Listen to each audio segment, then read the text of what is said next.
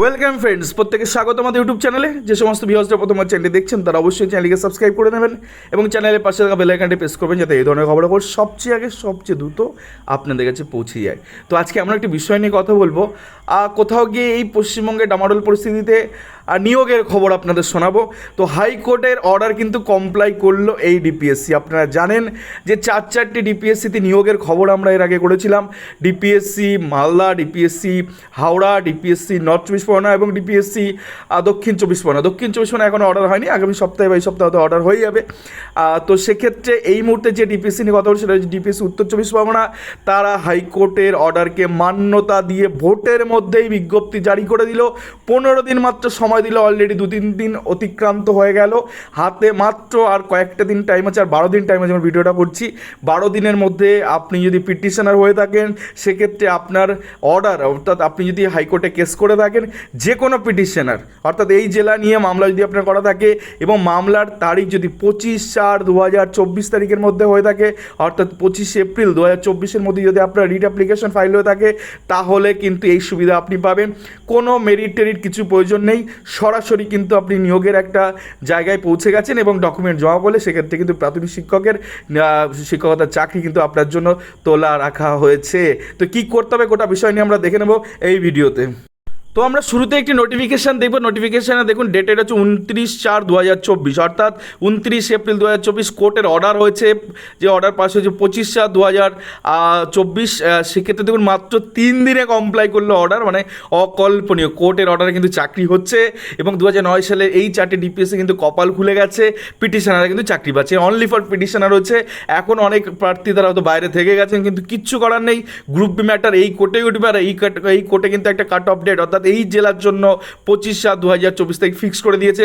তো পরবর্তী ক্ষেত্রে যারা মামলা করবেন ভাবছেন, সঠিক সময় সঠিক সিদ্ধান্ত যারা নেননি, যারা কোর্টের দ্বারস্থ নেই, তাদের ক্ষেত্রে কিন্তু চাকরি রাস্তা খুলবে বলে মনে হয় না।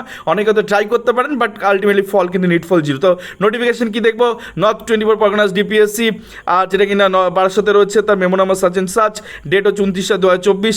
কী লেখা আছে, to whom it may concern. এখানে জাস্টিস অনারেবল রাশিয়া মান্তা স্যারের কোর্টের অর্ডার লেখা আছে, WP নাম্বার 20966 অফ 2022।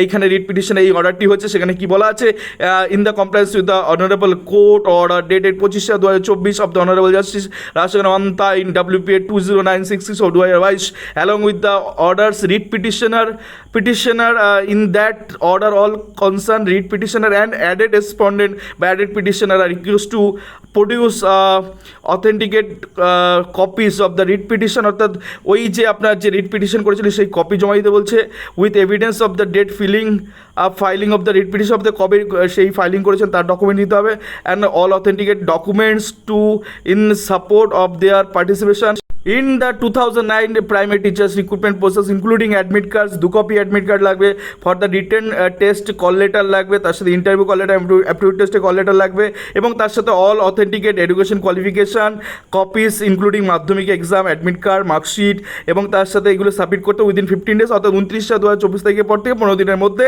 করতে হবে। Last date of the submission 13/5/2024, অর্থাৎ 13/5 মে 2024 তারিখে বিকাল 5টার মধ্যে কিন্তু আপনাদের এগুলো জমা করতে হবে ডিপিএসসি অফিস নর্থ চব্বিশ পরগনা ফর ভেরিফিকেশন।